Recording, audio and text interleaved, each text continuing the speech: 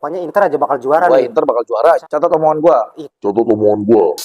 Mau siapapun lawan Inter ya Inter bakal jadi juara. Boleh percaya atau nggak percaya, karena ini mah kita Iya, ngomongin dari ngobrol. sudut pandang. Betul. Gini loh, sepak bola tuh sama kayak sinetron, Inter sama PSG. Digadang-gadang nih pasti. Biasanya kalau mainnya di Munchen, di kandang Munchen bakal melahirkan juara baru. Tim itu cornernya banyak. Kan dia kartu kuningnya dikit, ada juga banyak. Itu ada juga tuh. Kayak ada anomali-anomali apa yang kok kayaknya nggak mungkin dah. Kok bisa begini ya? Kok bisa begitu? Nah, Bertanya-tanya kan? iya. Jadi Liga Champions Inter juara ya. Itu menurut skema skema. mafia bola ini sebenarnya udah terjadi di abad ke-19, di 1912 lah, di pantaran Titanic baru dibangun tuh, berkembang dari pacuan kuda, merembet masuk ke dunia sepak bola, ngintimidasi. Jadi intimidasinya itu pakai pendekatan tuh dua konsekuensi nih. Entah itu lo mau dapat imbalan, lo gue enakin hidup. Nah, apa lu dapat intimidasinya berupa ancaman lah.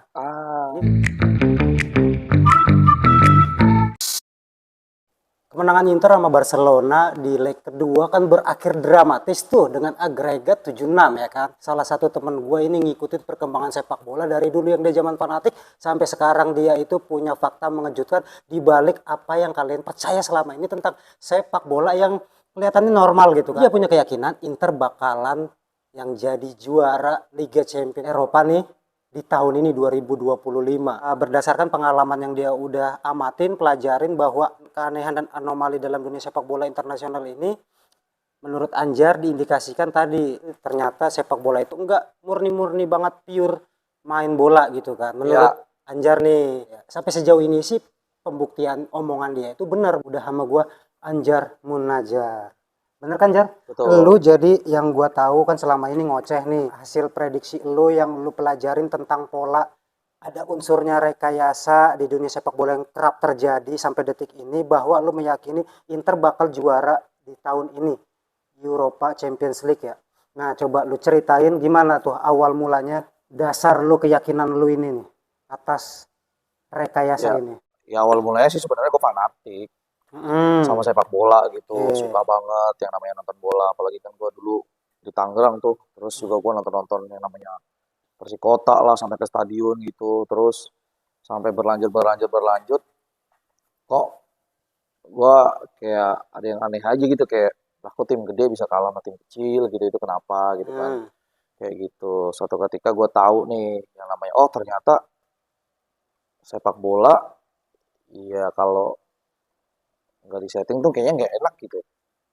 Gitu, maksudnya kayak nggak ya dibuat drama lah, dibuat begini, dibuat begitu. Jadi ya gue tahu sebenarnya gitu. Jadi ya sekarang juga gue tahu sih kayak gitu. Nah, jadi apa jadi indikator buat lu nih bahwa sepak bola tuh sebenarnya nggak real banget nih yang kita tonton gitu ya. Iya. Dari faktor itu tuh lu penasaran, nah lu pelajarin tentang metode settingan ini nih. Iya, metode ada polanya gitu. Ada polanya. Ada polanya gitu yang settingan. Sekarang gini, kita langsung ngomongin yang langsung aja Inter ya. Inter sama Barcelona nih yang barusan menang. Yang barusan menang gitu lawan Barcelona. Kita ngomongin Inter, nah dia di Serie A. Ya. Di Serie A berkali-kali kalah. Bahkan di Copa pun dia gugur. Ya. Kenapa bisa kalah? Padahal kan dia di Serie A itu di sebelum-sebelumnya itu dia menang terus atau gimana. Padahal lawan secara pemain juga lawannya tuh coro gitu, kayak di bawahnya dia kok bisa kalah gitu. Ya banyak lah tim-tim yang gede gitu yang punya nama pemain bintang semua tapi kalah sama tim-tim kecil gitu yang pemain biasa aja gitu. Itu di liga domestiknya nih. Ya di domestiknya ya gitu. Nah, kalau sepak bola itu kayak gitu kayak ya tim gede pasti menang gitu, itu nggak asik. Nah tapi faktanya terjadi sering malah banyak kejutan-kejutan nih di dunia nyata nih. Nah kejutan-kejutan itu yang bikin kecurigaan lu semakin meningkat nih. Semakin meningkat. Ya udah, sekarang balik lagi ke Inter Milan kalah di Serie A beberapa partai, terus sama Copa juga. Kalau fans yang ngomong atau orang ada yang ngomong, ya wajar lah dia fokus di ini, fokus itu, bohong banget anjir. Gitu. Ya sekarang gini, Inter Milan Masa kalah lawan AC Milan yang lagi turun banget gitu. Nah, Inter performanya lagi bagus banget nih sebelum-sebelumnya gitu. Kalah di Coppa. Terus kalau udah kalah gini pasti ngomongnya, ya udah fokus di Serie A. Pasti ada lagi fansnya atau siapanya ngomong lagi fans di champion fokus gitu lah. Terus lu ngomong kelelahan pemainnya capek kali, banyak yang ini banyak yang itu. Nggak juga, Hmm. nggak Apa? juga. Menurut pengamatan Ya lu? menurut pengamatan gue tuh emang udah diatur gitu. Jadi aneh aja menurut gue jadi gitu selalu loh. ada di kaum yang awam tuh, yang mainstreamnya berarti kan selalu ada pembenaran tentang taktikal performa di Drama. bedahnya dari situ nih. Ya. Sudut pandang orang yang menilai ini real sepak bola akan larinya ke arah situ kan. Tapi Ya. lu punya sudut pandang beda di Ya, arah pola rekayasa ini nih. betul. Kayak settingan mafia dan semacamnya. Ya. Dan itu sepengalaman lu terjadi terus-terusan tuh. Ya terus-terusan. Ya terus sekarang gini, udah tuh balik lagi ke Inter Milan. Nah, di champion masa bisa menang sih lawan tim, sorry. Ya bukannya gimana-gimana nih. Barcelona kan timnya cakep banget. Ya, lagi Cakep banget. performnya lagi bagus lah. Lagi bagus banget. Misalkan habis ngalahin Madrid sebelumnya ya kan. Lawan Inter masa kalah? Kalau kita pikir pakai logika nih. Ya, Sedangkan Inter lawan Milan aja kalah gitu. Lawan Bologna gitu-gitu kan. harusnya di atas kertas tuh normalnya paling Nah, enggak mah. pemikiran orang awam akhirnya ketemu Barcelona di kandang Barcelona. Otomatis kan orang pada ya Inter abis nih. Wah, Inter mainnya begini, Barcelona jago begini. Lawannya anak-anak muda nih, begini, yang Yamal apalah bla bla bla bla bla. Ternyata Ya. bisa nahan imbang.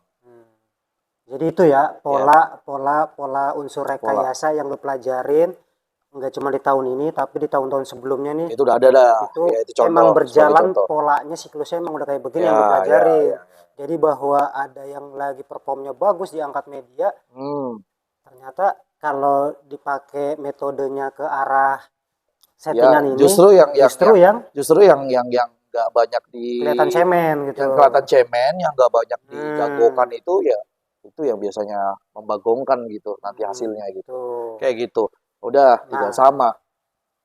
Sekarang gini, anjir hebat banget gak sih bisa nahan Barcelona si Inter ini gitu juga sama. Ya ini balik lagi tadi ya ke topik bakalan juara nih. Bakalan juara ya kita ngomonginnya Kan bakalan lu juara. udah dari zaman babak 8 besar lah ya, babak knockout ya, lu udah bilang nih bakalan Inter juara karena bermodal keyakinan lu tentang teori settingan dan rekayasa ini ya. Nah, gue balik lagi kan sejauh ini kan udah bener nih.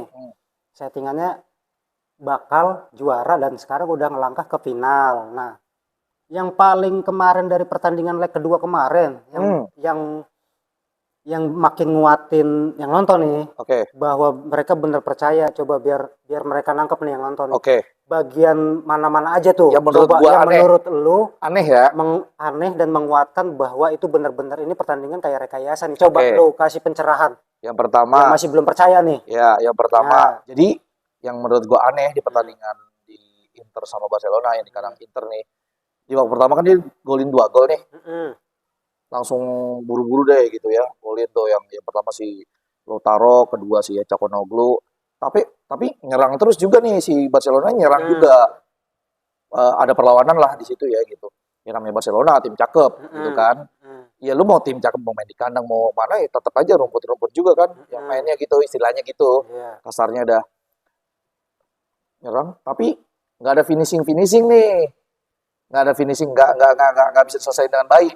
Seolah pingin kayak main halus lah. Main halus dulu nggak kelihatan banget kayak oh ya udah Inter dulu nih babak pertama nih. Ya gue menyerang udah lah gampang. Tapi gue finishingnya nggak usah gue golin gitu kayak biasa aja gitu. Buat ngasih kesempatan. Ya pasti ntar kalau misalkan pendukungnya Barcelona nonton, ya kan nggak ada Lewandowski, strikernya yang cakep di Barcelona. Jadi finishernya itu apa ya buntu gitu. Nggak juga. Lu apa kabar main di kandang lu? Lu kan mainin Ferran Torres. Ya sama aja gitu. Mau siapapun itu ya pemainnya kalau emang disuruh menurut gue ya kalau disuruh menang ya menang, kalah kalau menurut gue nih kayak gitu. Udah masuk dah tuh yang namanya babak kedua. Babak kedua awal-awal diserang terus tuh. Siapanya? Si Internya. Ya, Internya diserang terus. Nah, yang gue buat aneh di menit 60-an deh, berapa lupa tuh gue. Pokoknya Di Marco dikeluarin baru 10 menit deh kalau nggak salah. Padahal lu bagus, buset Yamin Yamal susah ngelewatin Di Marco, sampai dikeprak-keprakin mulu. Dikantongin tuh sama si Di Dikantongin sama Di Marco. Marco. Tapi keanehannya terjadi Dia saat dikeluarin, ditarik tuh. ditarik ganti si Carlos. Padahal Carlos performnya Di bawahnya si Di Marco gitu. ini Menurut keanehan gua ya, nih, menurut keanehan gua lagi gitu. nih. Ya kenapa diganti? Aneh nih. Udah akhirnya diserang terus sampai akhirnya dapat momen gol Buat buat si Barcelona. Barcelona. Eric Garcia. Jadi skor berapa tuh? 2-1. Setelah 2-1 itu, bola. Wah, seri nih. Feeling gua ya. Feeling lu nih. Yang bakalan lolos Inter nih. Karena kenapa? Karena gue pedoman nih. Itu makin jelas nih. Ya, ini seri. Wah, ini dramatis nih kalau menurut gua. Jadi kebaca alurnya kebaca tuh. nih alurnya nih dramatis. Karena biar apa? Biar seru ditonton. Iya, ini alur rekayasanya Alurnya nih. kalau misalkan Inter menang 2-0 doang nih, sampai 3-0, 4-0. Kayaknya antah banget sih semifinal. Gitu-gitu aja. Terus ya udahlah dibuat aja sih gitu biar rame. Jadi alur pengaturan permainan ini kebaca nih sama lu nih. Kebaca. Gue juga pede Inter lah. Oh ya Inter emang juara. Itu udah semua Udah kejanggalan kejanggalannya iya benar. Nah, terus akhirnya nyeriin. Bener. Wah, ini wah sering bener. Olmo masukin set. Nah, skor jadi 2-2. Sama. Berjalan sampai menit 80-an ke atas ya kalau nggak salah. Nah, itu Rapinya yang golin. Berbalik tuh malah. Berbalik. Jadi unggul di shooting ya, terus ada ditip sama Sommer, balik lagi ke dia, ditendang ngasal kalau menurut gua nih ngasal ya. Ini unsur keanehan juga menurut lu nih. Ya, ditendang ngasal gitu. Ditendang ngasal kaki kanan masuk. Ngasal sih kalau menurut gua tendangnya gitu. Akhirnya 2-3 tuh, Rapinya golin secara nggak sengaja kalau menurut gua pakai kaki kanan begitu. Biasa aja kayak ngasal ngesut tau gak sih? Ngasal tapi masuk gitu. Langsung ke gawang. Udah tuh 3-2. Gue bicara di grup ada dah ya grup anak-anak gitu bola gitu. Ini bakal 3 sama gitu. Bakalan seri, nggak bakal Inter lolos gitu kalah gitu aja. Bener. Terbukti 3 sama. Skenario-nya bakal kayak gini nih. Skenario-nya nih nih, wah drama nih. Ini pasti ya kan, menit 90 ke atas tuh baru Acerbi kan golin. Wah drama nih. Perpanjangan 3 sama perpanjangan waktu. Ada intinya memang ini dari awal keyakinan lu menurut pandangan lu yang udah lu pelajarin lu amatin memang nggak bakal kalah gitu aja. Udah diatur bahwa Inter yang bakal menang. Iya, intinya nggak mudah. Inter lolos udah diskemain tapi lah ya. Diskemain Inter lolos tapi nggak mudah. Nah gimana kalau balik lagi pertandingannya ya karena lawannya Barca gitu. Kan menurut pengamatan dan pengetahuan lu tentang pola-pola rekayasa settingan ini. Nah gimana lu menjawab kalau ada nanti yang nonton di komentar, lah orang beneran bang itu main bola begini, mana ada diatur-atur begini, itu ngegol begini bener. Terus ya lu bagaimana ngebantahnya tuh? Oke gini, gue mah nggak bisa ngeliat bang apa yang lu lihat gitu. Kayaknya bener normal-normal aja. Ya gitu. normal-normal aja. Mereka tapi udah pada tahu nih. Siapanya? Ya pemain semuanya udah pada tahu harus bagaimana di lapangan. Bahwa hasil akhirnya tuh ya kalau gitu. Ya kalau misalkan kita ya oke, kita kalah di babak pertama, kalah seri di babak kedua ya pokoknya misalkan di pertandingan ini kita seri ya harus nyeri gitu. Ya skornya berapa ya kita kan juga udah tahu gitu. Ya kayak gitu aja. Terus siapa yang menang ya udah tahu. Jadi menurut teori lu berdasarkan hal rekayasa itu, unsur-unsur rekayasa itu, jadi awal udah dibuat keputusan nih bahwa si Inter bakal menang, skor terserah. Dramanya seperti ini. Skema seperti ini. Nah, cuman buat nutupin kayak gak kelihatan. Rekayasanya gak kelihatan. Dibungkus dengan yang kayak gitu-gitu tuh kayak si ini jadi keluarin, oh ya pantes si ini dikeluarin si Di Marco gitu-gitu. Jadi di sisi kanan, di sisi kiri Inter Milan tuh bocor apalah gitu. Terus juga Inter pemain-pemainnya ditarik-tarikin nih. Itu kalau sudut pandang orang biasa nih yang nggak tahu nih di belakangnya. Oh si Mkhitaryan diganti, si ini Çalhanoğlu. Oh pada kecapean lawan anak muda. Nggak kecapean dia. Ya memang mengikuti skenario yang memang mengikuti skema yang udah ada. Maksudnya emang gini ya. Pemain lu bilang dia kecapean itu salah sih kalau menurut gua. Namanya pemain bola nih, dia udah atlet. Dia mau lari 2 jam juga masih kuat. Istilahnya gitu. Walaupun umurnya udah tua juga tetap aja kali. Apa kabar sama Acerbi? Masa yang lebih muda dari RCB ditarik-tarikin? Oh, dia kecapean, dia karena main di gelandang ya kagak juga lah. Sama-sama capek. Gitu kalau menurut gua. Nah, berarti gimana kalau ada komentar? Berarti semua terlibat dong, Bang. Nah, jadi menurut pandangan pengamatan lo itu keterlibatan settingan ini tuh pada level mana nih, Jar? Pemain, wasit, staf perangkat pertandingan, Ya, perangkat pertandingan juga lah pasti. atau gimana? Makanya jadi berapa persen yang terlibat nih? Masa semuanya sih? ya semuanya lah. Semuanya. Semuanya lah. Sebelum makanya kan gini. Ya bukan gua lah yang ngomong. Legend kita pernah ngomong Rocky Putirai gitu, pernah ngomong tuh. Dia bilang di TV, ya gua pemain bola tapi gua nggak suka nonton liga ini gitu. Misalkan Liga Wakanda lah gitu. Kayak gitu dia pernah speech. Karena dia udah tahu siapa yang bakal juara. Nah, ya udah. Kalau dari awal udah tahu siapa yang juara, pasti yang lawan-lawan mereka nih itu dikalahin. Mau lawannya dia lagi bagus di ini, di itu, di ini, di itu. Kalau lagi dikalahin ya udah, tetap aja kalau disuruh kalah ya kalah. Mau pemainnya dia siapa gitu, nggak ada striker, nggak ada ini. Kalau emang disuruh menang ya menang. Kalau udah skenario pengaturannya begitu, begitu. Iya, kalah ya kalah. Kayak gitu sih. Gua disclaimer ya, ini menurut Anjar yang dia udah tahunan lah ngikutin pola permainan sepak bola yang ada di dunia nih saat ini nih, khususnya di internasional itu bahkan ada unsur pengaturan, unsur rekayasa tuh Anjar tuh nangkep banget tuh ketimbang mata orang awam.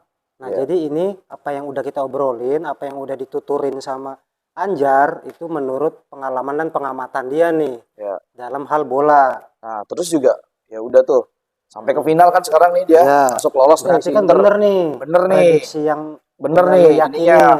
Apanya? Tentang skemanya. Ya, skemanya. Skemanya udah berjalan. Bener nih. Nanti kan di final nih udah nih. Tungguin dong Inter sama. Nah, yang digembor sama media kan PSG juga nih. Karena yang digembor kan Barca udah kalah nih. Yang diangkat berpotensi untuk melaju ke final PSG. Iya, ya, mau siapapun lawan Inter ya Inter bakal jadi juara. Gitu. Pokoknya yang udah kebaca pasti Inter juara. Entah skemanya besok nunggu lawannya siapa. Ya, kalau menurut gua ya udah pokoknya Inter aja bakal juara nih. Inter bakal juara. Catat omongan lu. Gitu kan? Catat omongan gua. Itu catatan omongan Anjar berdasarkan teori settingan ataupun pengaturan permainan yang dia pelajarin dan dia amatin ya. Ini boleh percaya atau nggak percaya karena ini mah kita ngomongin dari sudut pandang pengamatan Anjar yang udah belasan tahun ngikutin dunia sepak bola nih. Dari awal dia cerita dia fanatik sampai ada di titik dia nggak percaya tentang permainan real, bahkan dia mengamati adanya unsur rekayasa dan pengaturan itu berlaku sampai detik ini. Ya ini penuturan dia. Jadi itu gue pendukung AC Milan. Sebenarnya gue pendukung AC Milan. Ngapain sih gue bela-belain Inter gitu? Istilahnya gitu. Lu kan fanatik banget nih. Iya. Terus juga kan dulu gue juga yang pendukung Milan, tapi gue nggak yang Milan banget gitu, mesti begini, mesti begitu. Enggak. Maksudnya B aja, karena gue kayak ya kayak gini loh, sepak bola tuh sama kayak sinetron, kayaknya semakin berdrama itu semakin banyak ditonton, semakin seru, orang semakin nyaman, ya kan?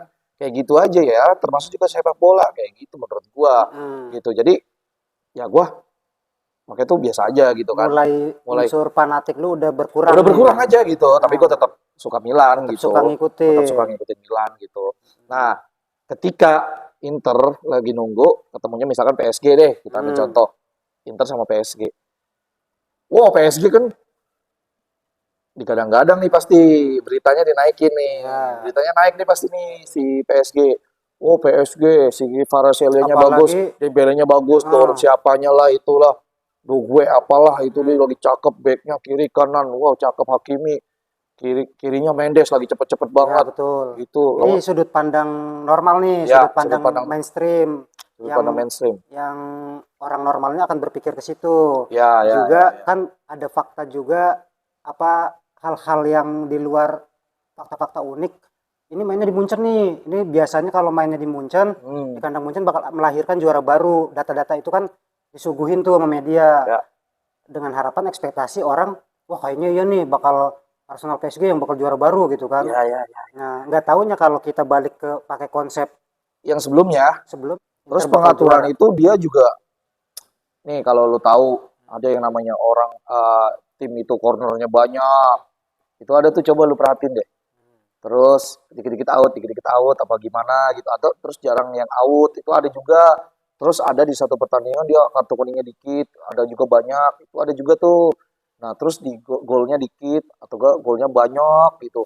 Kadang di 7 lah sebelum di bawah 7 gitu-gitu itu ada banyak yang kayak gitu. Nah Nah, itu, pokoknya dari situ juga udah itu namanya permainan iya udah itu di itu ini. peristiwa-peristiwa yang aneh lah menurut Ya gue ya ya. ya Ya ya. emang kadang gue juga gini Jar, apa?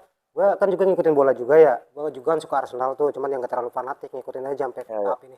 Emang gue kadang suka ngerasain ada kok di pertandingan ajang-ajang besar gitu ya. Ya. Kayak ada anomali-anomali apa yang kok kayaknya nggak mungkin dah. Kok bisa begini ya? Kok bisa begitu? Nah, mungkin Bertanya-tanya kan? iya. Nah, anomali atau pertanyaan yang di luar nalar gue mungkin sebagai orang awam. Nah, ini tadi dari sudut pandang pengetahuan Anjar dalam dunia konspirasi pengaturan permainan game ini ya ini tadi penjelasan yang udah dia jabarkan tadi. Berarti lu masih tetap yakin nih Ya, dengan bermodal Inter juara. skema pengaturan Jadi Liga Champions Inter juara ya, tapi itu menurut kalau menurut skema skema tadi. dan menurut gua juga dah gitu ya kan. Jadi keanehan dan anomali dalam dunia sepak bola internasional ini menurut Anjar diindikasikan tadi dengan pola dan pengalaman yang dia udah pelajarin ternyata sepak bola itu enggak murni-murni banget pure main bola gitu kan. Menurut Anjar nih, gue juga sih sebenarnya anomali-anomali atau gitu sebenarnya gue juga sempat kepikiran kok bisa gitu kan. Ya. Ya kadang gue mikir juga, nah ternyata kalau emang kita balik lagi ke sejarahnya, sejarah nih kalau kita ngomongin sejarah, dunia mafia bola ini sebenarnya udah terjadi Jar di abad ke-19 tepatnya kalau nggak salah ya. Oh. Ya pantaran Titanic baru dibangun dah tuh. Ya. Jadi mafia bola pengaturan skor ini memang udah ada kayak gangsternya gitu yang ngordinir. Itu Jadi yang udah dari dulu ya. udah dari dulu sebenarnya kalau memang kita bicara sekarang di dunia di zaman sekarang tentang hal-hal seperti ini sebenarnya kalau kita tarik lagi ke sejarah udah ada tuh Oh, oke. embrio-embrionya. Gue baru tahu nih. Nah, gangster itu tadi yang gue bilang di abad pertengahan di 1912 lah di pantaran Titanic baru dibangun tuh mau berlayar. Itu awal mulanya di Inggris ya yang sepengetahuan gue itu gangster di Birmingham. Oke. Nah, itu tuh gangster yang ada di Birmingham itu yang menurut sejarah nih literaturnya itu dia tuh pengetahuan gue megangnya enggak keseluruhan. Jadi yang tadi lu sempat sampein megang beberapa pemain ataupun wasit Ya, perangkat bisa. pertandingan. Ya. Jadi pola permainan mereka di era itu ngintimidasi. Jadi intimidasinya itu ada dua konsekuensi nih. Si mafianya buat menyempurnakan skenarionya dia kan pasti ada orang yang jujur Jar, kita kan percaya pasti ada orang yang nolak nih. Nah si karena dia udah terkenal gangster di Birmingham itu jadi pakai pendekatan tuh dua konsekuensi nih, entah itu lo mau dapat imbalan lo gue enakin Hidup. nah, apa lo dapat intimidasinya berupa ancaman bahwa keluarganya atau temennya hidup lo nggak tentram. Nah ini dibikin dua pilihan nih sejarahnya nih permainan buat keterlibatan yang lain tuh semakin lancar, skemanya lancar, keterlibatan lain juga makin luas, ataupun dia benar-benar yang dipegang ini orangnya benar-benar melancarkan aksi si pemain ini nih. Sesuai dengan suruhan dia lah ya. Ini nih kalau kita tarik sejarahnya begitu, udah ada dua imbalan tuh. Nah kebanyakan si gangster ini ya dinamis ya, ada yang orangnya kan kita tipikal orang ada yang maruk serakah ya udah dia ngincer yang imbalan, tapi kalau yang orang tadi masih punya mentalitas hati nurani dan kejujuran dia kan pasti nolak nih, tapi ya itu intimidasinya kalau nggak keluarga ataupun nyawanya dia nih yang bakal terancam. Itu emang udah tumbuh di Birmingham itu. Nah udah dari dulu tadi awalnya sih sebenarnya sejarahnya ditarik dari pacuan kuda tuh, berkembang dari pacuan kuda merembet masuk ke dunia sepak bola. Karena kan waktu itu emang di Inggris juga sepak bola lagi digandrungi ya memang jadi apa olahraga populer di sana juga kan selain pacuan kuda. Nah itu kalau ditarik dari sejarah memang kalau cerita lu yang gua tangkep dari sekarang lu meyakini hal itu bahwa masih ada sampai detik ini ya gua sih percaya nggak percaya atau kita juga percaya nggak percaya ya karena memang dari sejarahnya pun udah kebentuk nih akar mulanya nih di Birmingham Inggris sana udah ada bahwa geng mafia bola pengatur skor itu memang udah ada. Nah jadi dengan adanya cerita lu tadi kita kembalikan lagi sama kalian yang dengar ataupun yang nonton, percaya nggak percaya bahwa anomali-anomali di dunia ini tuh ya yang tadi dijelasin Anjar ya, gua percaya nggak percaya sampai detik ini, gitu kurang lebihnya. Iya, jangankan yang di level kita, jangan ngomongin ke Eropa deh, gitu. Gua pribadi, gua sendiri ngalamin main Tarkam gitu. Dulu Ya lu pemain bola kaptennya juga dipanggil, kan. gua diomongin, "Bang, kaptennya siapa ya?" Gitu. Dia nanya. Orang nanya di pinggir lapangan. "Oh, ini temennya ada, Bang. Panggilin, Bang." Udah panggilin, ternyata apa? Dia minta kita ngatur nih, ngatur yang namanya eh nanti kalau menang sweet atau pilihan koin gitu, pilihan koin lah ya. Sorry, kalau pilihan koin, Tos-tosan lah ya tos-tosan kalau menang pilih lu megang bola duluan, pilih bola. Pilih bola. Nanti gue bagi rokok, gue bagi duit, gitu-gitu. Jadi ada kepentingan tuh Ada ngedeketin kepentingan. lu Nah, buat nyekemain. Kalau nyekemain. tos-tosan lu pilih ini. Lu atur ya. Mungkin entah kepentingan dia sama temennya ngapain tuh. Ya, Milih-milih ya, ini. ya. Akhirnya si oknum ini Ya, ngedeketin pemain. deketin Nah, pemain. ini salah Nah, satu itu contoh salah satu contoh nggak usah ke Eropa, nggak usah ke mana-mana. permainan. Ini permainan gue pribadi di bawah ya liga ke kampung Iya. lah gitu. Itu salah satu contoh Salah bahwa satu contoh. ada permainan. Ada peraturan permainan Walaupun seperti tadi itu. awalnya mungkin Itu berjalan normal. salah satu contoh ya. Iya, walaupun tadinya ada maunya berjalan normal nih, Normal. tapi pasti ada aja tuh Ada hal-hal aja yang nyuruh begitu. kayak gitu. Nah, terus selain itu juga ada juga nih tim lu dikasih begini, lu nahan ya gitu-gitu. Ya udah, jadi kita mesti habis-habisan buat nahan. Oh, ada tuh. imbalannya nih. Iya, ada imbalannya nih. Ntar kalau lu bisa nahan iya. tim ini, lu bakalan ini nih, Nih gua lu kasih setim bakal dapat segini. gua kasih ini. Ada yang kayak gitu. Ada itu nyata Ada, tuh nyata. di dunia pertarkaman. Di dunia pertarkaman. Terus juga yang lu alami. waktu itu gua pernah punya temen main di salah satu liga profesional. Profesional Liga 2 kalau nggak salah. Jangan sebutin klubnya, Ya. pokoknya di liga profesional. Liga profesional. Nah, gua nanya ke dia, "Bang, gua mau nanya nih sama lu. Bener apa enggaknya ya? Karena kan gua masih ya pokoknya gua tahu tapi gua mau tahu aja biar lu di ini mateng aja gitu. Bang, ada nggak sih Bang diatur Bang kalau lu pas main?" Wah, ada itu. Itu dari Ada. mulut si pemain. Dari mulut si pemain itu. Itu profesional itu tadi. Ada itu. Kita pernah ada teman gua sendiri, dia 5 pemain yang diteleponin. Sama pemain. Ya, sama pemain buat diatur yang tadi main dia. Akhirnya sebelumnya nggak tahu. Akhirnya pas main, lah kok si Bang Anggi biasanya mainnya cakep kok jelek di pertandingan ini. Aneh gitu, ditelusurin sama manajernya. Tahu-tahu ketahuan, udah di-cut. 5 orang kalau nggak salah, kiper, back, striker gitu, nggak digolin sama dia gitu. Itu ada gitu. Yang harusnya Itu salah satunya lah ya contohnya ini gitu. contoh. Nah, terus gue nanya, Sama nih. sama. Dan terus gue nanya, udah nanya sampai situ, Bang, apa bedanya Liga Wakanda sama Liga luar gitu. Ya, terus dia bilang gini, karena kalau di luar itu mainnya fight gitu, jadi nggak keciri, nggak ketahuan dramanya gitu. Kalau di sini kan ketahuan, nendang penalti, mengsong sono, pernah ada kasusnya. Terus mainnya nggak rapih lah. mainnya nggak rapih gitu, nggak ngerti. Tiba-tiba di depan gawang dikatasin apa gimana? Kencanginnya terlalu keciri banget, ketara Iya, banget ketara kalau ini mah. di Liga Tapi Wakanda. kalau di liga luar dia Udah tahu, di setting, di skemain, tapi skemain. mainnya rapih nih. Sekarang Tadi balik kampret. lagi ya, yang bedain permainan ini ada pengaturan atau enggak di Wakanda atau di luar itu. Di luar mah emang lebih rapi aja. Lebih rapi. Memperagakannya gitu kan dalam bermain bola. Jadi nggak kelihatan banget lah kalau dimainin gitu ya. Tapi kalau di Wakanda nggak rapi. Lebih kayak gitu. Nah, karena gue rada kesel juga tuh sama yang orang-orang so tahu gitu, yang cuma bisa ngoceh-ngoceh doang gitu. Ya tentang tahu, karena ya itu tadi kayak, dia mainnya cuma 60 menit, karena dia ini mainnya lawan ini, jadi dia banyak tenaga habis. Nah itu kan saya tahu tuh, bocah-bocah yang kagak tahu bola, bukan tahu bola ya, tahu bola mah tahu semua ya. Maksudnya main bola juga nggak bisa gitu. Baru melek bola udah kayak seolah-olah kayak pandit hebat aja gitu kan.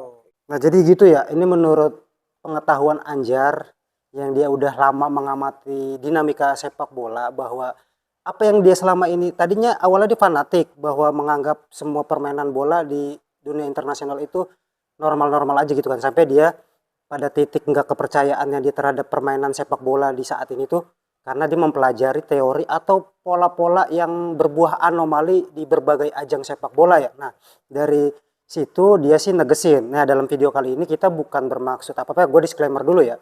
Jadi dalam video ini tuh gue pengen mengungkap satu fakta untuk sebenarnya pesan yang pengen disampaikan Anjar itu bagi kalian yang fanatik sama satu klub bola apapun itu, apa yang udah diceritain Anjar ini kalian tuh terbuka nih. Nah, kurang lebih jangan fanatik banget sama bola gitu kan, karena di balik kalian nggak tahu tuh kan ada yang tadi udah diceritain panjang lebar sama Anjar itu, ada nih pasti selalu ada indikasi pengaturan dalam setiap permainannya tuh. Nah, kurang lebih itulah yang gua tangkep atau yang bisa kita suguhkan dalam video kali ini ya, bahwa kalian melek lah, jangan sampai buta fanatik gitu. Ternyata ada unsur lain loh dari sudut pandang orang yang mempelajari hal pengaturan skor nih ya kayak begini.